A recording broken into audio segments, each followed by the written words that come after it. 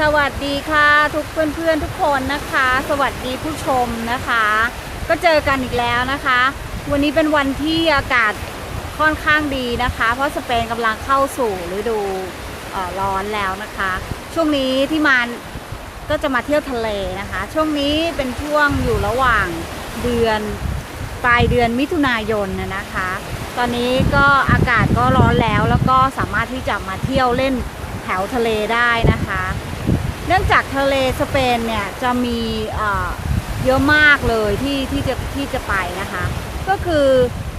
แหล่งท่องเที่ยวที่อยู่ในสเปนเนี่ยจะเยอะมากๆเลยที่มีทะเลนะคะยิ่งวันนี้ที่พามาเนี่ยนะก็คือทะเลเมดิเตอร์เรเนียนนะคะทะเลเมดิเตอร์เรเนียนเนี่ยก็จะเป็นแถวยาวติดขนาบกับประเทศสเปนไปนะคะแหล่งท่องเที่ยวที่มีชื่อของสเปนนะคะก็จะมีเยอะมากนะคะกับทะเลเมดิเตอร์เรเนียนแห่งนี้นะคะก็คือเช่นบาร์เซโลนาแล้วก็บาเลนเซียนะคะตรงที่อยู่นี้ก็คือมูเซียนะคะแล้วก็จะมีอีกมากมายนะคะที่อยู่เป็นแถวยาวไปของประเทศสเปนก็คือทะเลอันนี้ค่ะทะเลเมดิเตอร์เรเนียนนะคะเห็นไหมคะตรงที่มานี่ก็คือจะเป็นทะเลของมูเซียนะคะมูเซียก็จะอยู่ใต้ของบาเลนเซียมาหน่อยนึงนะคะ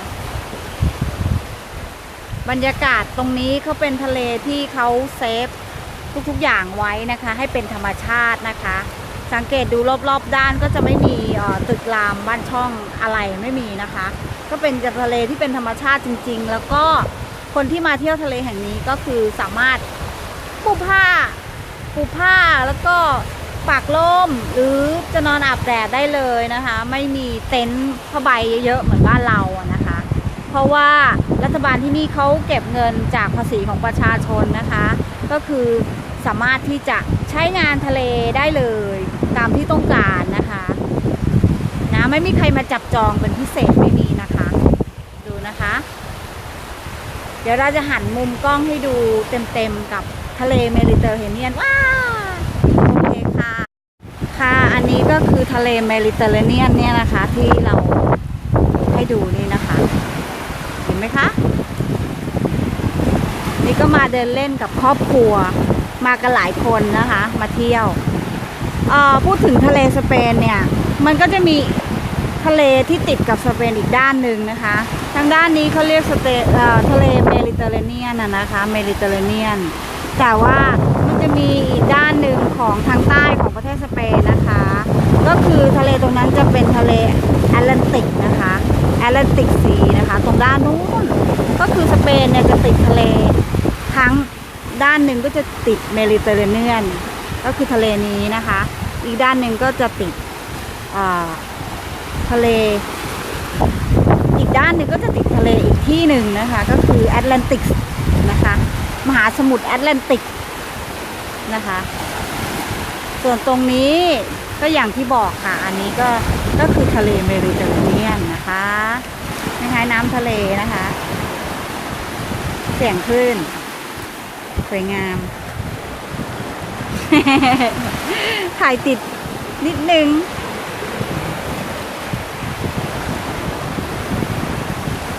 เห็นไหมคะคลื่นทะเลเนาะ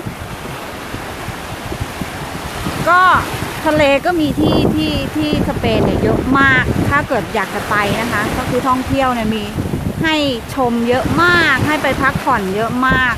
นะคะคนสเปนถึงไม่นิยมไปเที่ยวนอกประเทศเท่าไหร่นะคะก็คือทะเลของเขาก็สวยงามแล้วก็มีเยอะมากอยู่แล้วนะคะส่วนนักท่องเที่ยวที่มาเที่ยวสเปนเนี่ยก็จะเป็นอันดับ3ของโลกค่ะเพราะว่านักท่องเที่ยวเขาก็จะมาชื่นชมธรรมชาติของสเปนก็คือทะเลสเปนสามารถเล่นน้ำได้จริงนะคะอากาศร้อนจริงสามารถเล่นน้ำได้จริงนะคะคนในยุโรปเนี่ยถ้าเกิดเขาไม่อยากเดินทางไกลมากเขาก็จะมาเที่ยวประเทศสเปนนี่แหละค่ะก็คือสเปนก็จะมีรายได้จากนักท่องเที่ยวเป็นอันดับ3ของโลกนะคะติดอันดับ3ของโลกในทุกๆปีเลยนะคะเห็นไหมคะดูจากมุมเห็นไหมคะเหมือนเป็น private เลยนะคะเพราะว่าไม่มีผู้คน เราก็มาเดินเที่ยวได้เหมือนเป็นทะเลส่วนตัวนะครับเห็นไหมคะรอบๆด้านก็เป็นภูเขาเป็นอะไรอย่างนี้ไม่ได้มีตึกอะไรที่แบบบ้านเราเท่าไหร่นะคะยิ่งตรงนี้บริเวณที่มานี่ก็คือเขาเซฟมากๆเลยเซฟธรรมชาติทุกอย่างนะคะวันนี้ได้มีโอกาสก็เลยพามาชมทะเลของประเทศสเปนสักหน่อยนะคะเราก็จะเก็บบรรยากาศของทุกที่นะคะในประเทศสเปนถ้ามีโอกาสได้พาไปชมที่ไหนเขาก็จะเก็บบรรยากาศมาให้ดูนะคะแล้วก็สิ่งต่างๆที่มีอยู่ในประเทศสเปนแห่งนี้นะคะเห็นไหมคะสวยงาม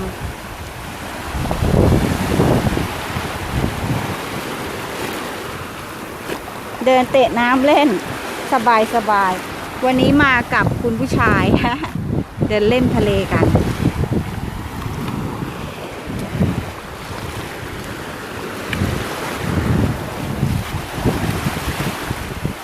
ใครที่ไม่เคยมาเที่ยวที่สเปนนะคะก็ลองมาเที่ยวทะเลสเปนดูเนาะทะเลเมดิเตอร์เรเนียนแล้วก็ทะเลแอตแลนติกนะคะทางใต้นะคะสวยงามมากๆเลยนะก็คือสวยแบบบางที่สวยกว่าบ้านเราอ่ะบางมันใช่ว่าของเขาไม่สวยนะคะของเขาก็ถือว่าใช้ได้เลยนะคะน้ำเขาสะอาดสะอ้านนะคะบ้านเราทะเลก็สวยนะคะแต่ว่าบ้านเขาของเขาก็สวยเหมือนกันไหมทราย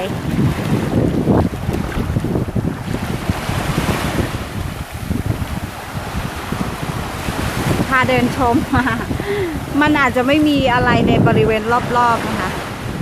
จะซูมให้ดูตรงนี้นิดนึงตรงนี้เขาก็จะสร้างเป็นทางไม้นะคะใ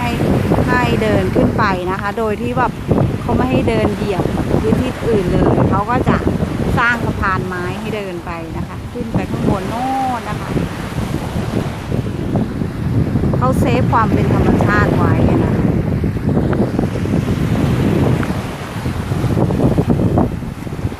ตรงนี้เห็นไหมคะไม่มีคนเลยนะมันเป็นทะเลส่วนตัวไหนๆก็อยู่ที่นี่แล้วก็เก็บบรรยากาศของทะเลมาให้ดูบ้างนะคะว่าทะเลของเขาสวยมากๆ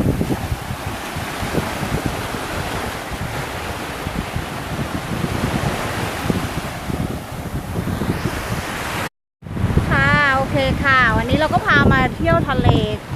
ของสเปนให้ดูนะคะคลิปวิดีโอนี้นะคะก็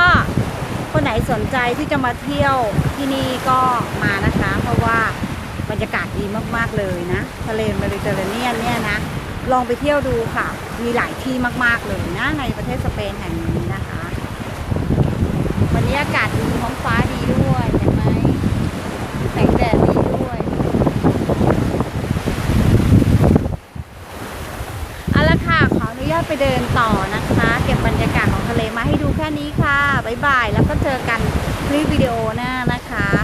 ว่าจะพาไปดูที่ไหนต่อหรือว่าจะพาไปดูอะไรที่เกี่ยวกับสเปนก็ติดตามSubscribe รอชมกันต่อไปค่ะบ๊ายบาย อาดิโอ